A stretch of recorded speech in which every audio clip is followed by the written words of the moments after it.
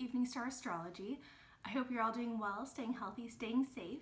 Today I have your astrology forecast for the week of August 3rd through August 9th. And I almost didn't film this video today, it's getting kind of late, but there's a lot happening in astrology this week, so I thought it was worth chatting about. Let's dive into it. So we start off this week with our full moon for August, which is in Aquarius. That's on August 3rd at 8:59 a.m. Pacific Standard Time.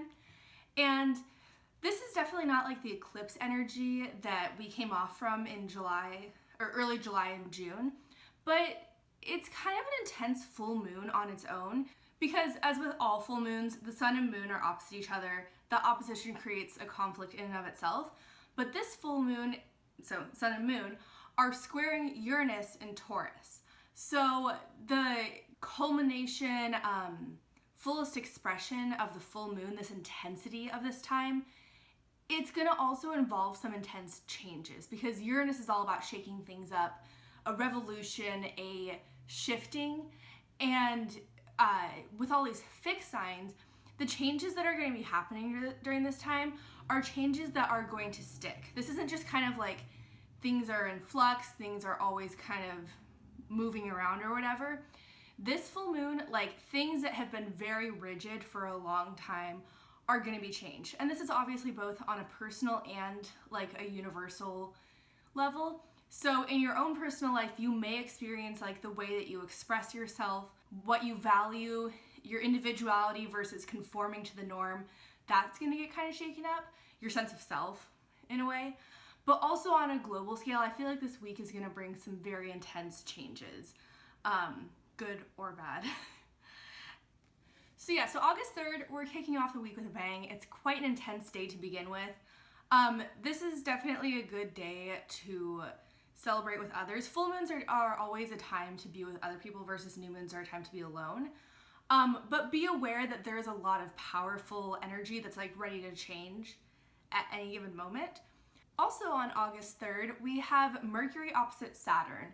So right at the end of Cancer season, so like July, I think it was like 15th, 16th, 20th, the sun opposed all of our wonderful planets in Capricorn, Jupiter, Saturn, and Pluto, in case you've forgotten.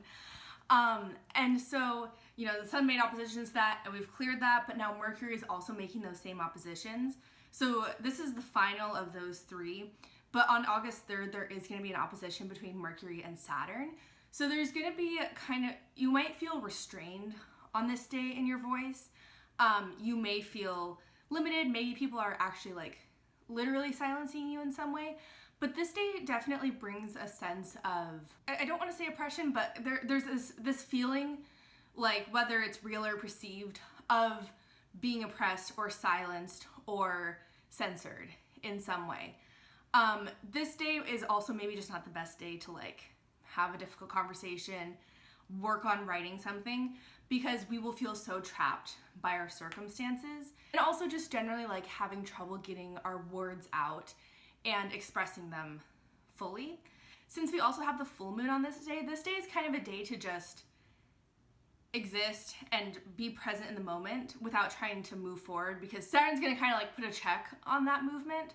So August 3rd is definitely not the day to like be going for things and trying out new things.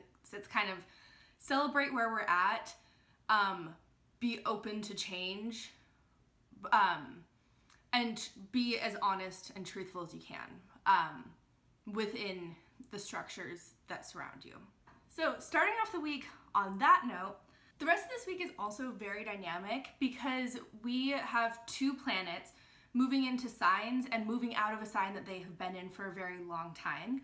So on August 4th, Mercury moves into Leo, and Mercury's been in Cancer since like early June. It's been there for about 2 months, because it retrograded back through Cancer and then retrograded forward again, and we're finally moving into Leo. And normally Mercury in Leo is like, it's okay, it's not like exalted or in its domicile, but it's also not in its fall. But right now, this is a really, really great time for communication, for writing, for getting your ideas out into the world in, Leo fashion, being bold and dramatic, because this is kind of our break from the powerful trio that's in Capricorn right now. Jupiter, Saturn, and Pluto are all hanging out there. have been there for most of the year. And so any planet that moves through Cancer is directly opposing those. And also with Mars and Aries, Mercury has been making a lot of really tough aspects lately. It's been opposing that, Capricorn triad, and then also squaring Mars. It's been a lot of harsh energy, kind of like trouble, stickiness, getting your words out, like you versus the collective, or like anger and aggression have really kind of colored your communication for the past 2 months. So we are finally letting that go. Mercury is moving into Leo. So this is a nice break, and like objectively, like the planets are not great right now, but for 2020, Leo season and August are kind of our best times, and Mercury in Leo is a really big part of that. This is a really good week to kind of kickstart new projects and jump into things that you've maybe not felt quite as inspired to do recently. Also on August 4th, we have Mars squared Jupiter. So like I mentioned earlier, we have a big pile up in Capricorn right now, and then Mars is in Aries. So basically all the cardinal signs are getting hit kind of hard right now. This Mars square Jupiter is really interesting because Mars is in its domicile in Aries. It is happy, it has all the energy it needs to just like push ahead, be assertive, go after what it wants. Doesn't matter who gets knocked out in the way, Mars in Aries is ready to go. But then we have Jupiter in Capricorn. Jupiter is in its fall in Capricorn. Yes, it's about growth and abundance, and if Jupiter was in a different sign, it might have a little bit more energy to give to Aries, but Jupiter is drained. It's retrograde right now. It really doesn't have that much to give. And so then that squaring the energy of Mars, this day is gonna be kind of marked with like a wanting to go forward, but kind of like getting stuck. We don't have the energy to keep pushing forward. And of course, this is also the day that Mercury moves into Leo, so there's kind of some conflicting energy there of the Mars in Aries and Mercury moving into Leo, ready to go ahead, ready to express, and just kind of get going. And then Jupiter, the planet of growth and abundance, really wants to join in, but really doesn't have any energy. So August 4th, there may be some hang-ups, some little trips along the road. This might be a little bit of a challenging day. But once we get over this hurdle, as I mentioned, Mercury in Leo is a really great time, and it's a really great opportunity in the rest of the mess of 2020. That's gonna be good energy, but like we just have to get over this like Mars-Jupiter square off. So finally, on the 7th of August, Venus is finally moving out of Gemini. Venus has been in Gemini since early April. It's been there for 4 months. It went retrograde, it went direct. It's been a lot. And Venus moving into Cancer isn't necessarily that much better, but it's gonna mark a definitive shift because Venus in Gemini this year really was associated like with the Black Lives Matter movement and getting that back up and running. And so moving into Cancer, we need to remember to continue that fight first and foremost, but it's also gonna mark a little bit of a shift as well. And Venus in Cancer is very much concerned with security, so I think that there's going to be a need to kind of like put up more barriers right now, which in some ways is very important in the world, like please wear your masks. That's a literal form of barrier, but I think that people are going to kind of like crab up and like kind of put on that shell. So because Venus in Cancer does make us a little bit more emotional, it makes us be a little more vulnerable with our loved ones. And then in turn, we do kind of need some like validation and reassurance during this transit, like Venus moving through Cancer, because we do put up this protective shell to protect our soft insides. And if we open up to others, we need validation and reassurance that our love is going to the right place. So Venus and Cancer keywords are like security, nurturing, and love and friendship and like relationships and the importance of those on a very emotional level.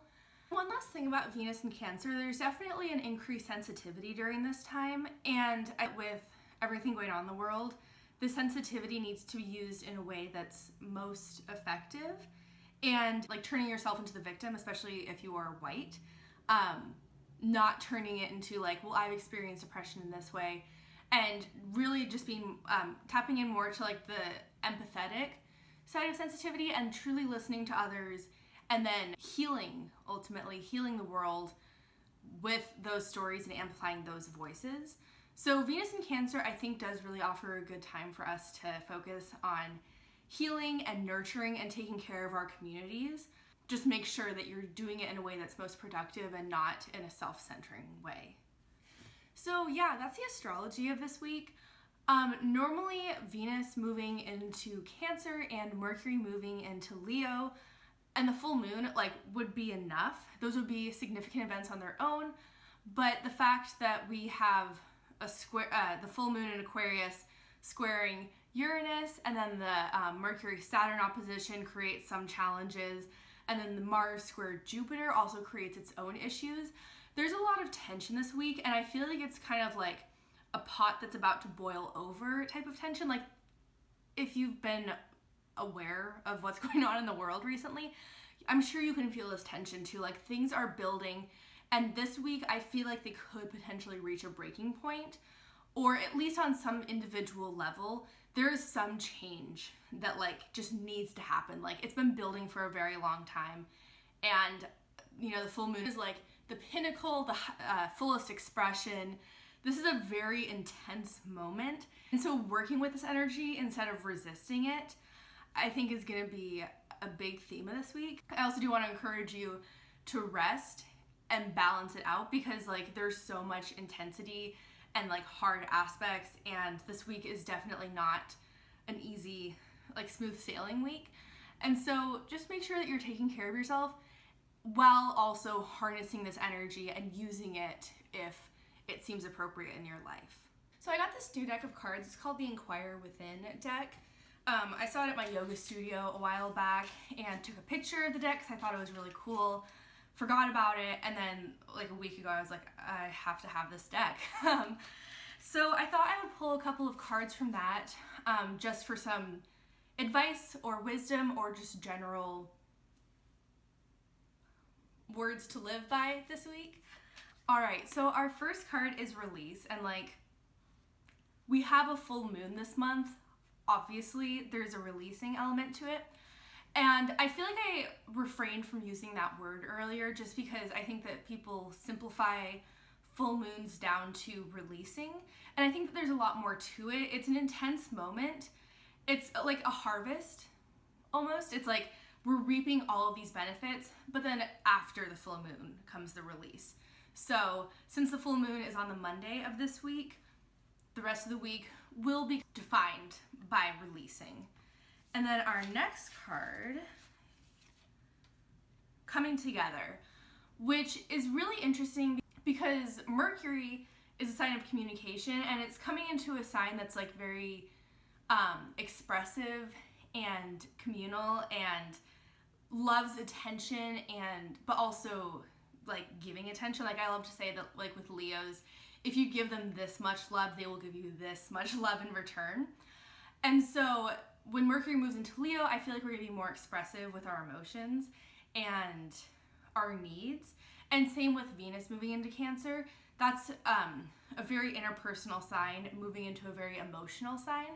And so I think coming together over our emotions, and I'm really trying not to sing the Beatles right now, but coming together and bonding and listening to each other, and really seeing what we can do based on what we learn from others.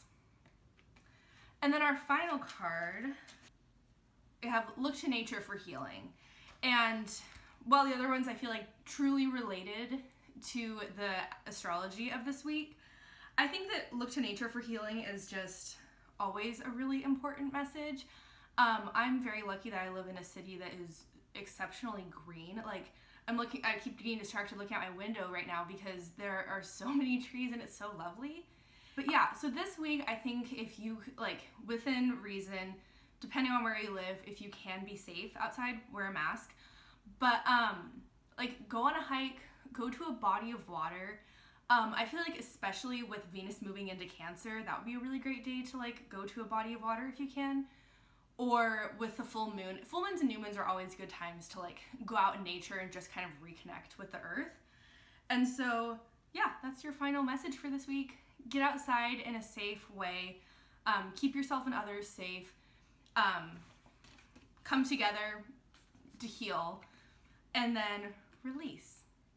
All right, that is all I have for today. I hope you guys enjoyed this forecast. I'm still figuring out exactly how I want them to look. So if you liked this video, if you have ideas of something you'd like me to do differently, or if I should add anything more in, please let me know. And yeah, I will see you guys in my next video. Bye.